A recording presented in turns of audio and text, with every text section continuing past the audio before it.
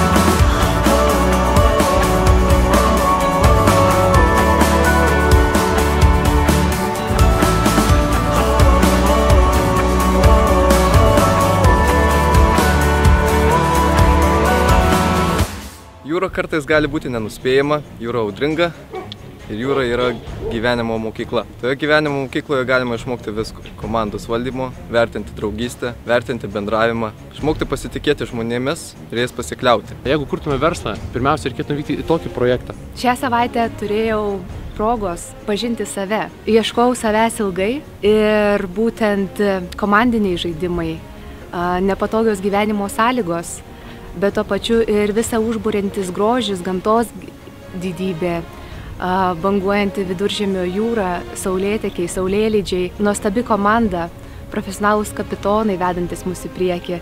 Visą tai leido išgryninti tikrasias vertybės. Noriu padėkoti kapitonui Sauliui ir Pauliui už tikrai labai gerus mokymus, už patarimus, už griežtą tvarką. Manau, kad visai komandai tai buvo didžiausias iššūkis, man asmeniškai tai didžiausias iššūkis gyvenime ir dedu didžiulį pliusą.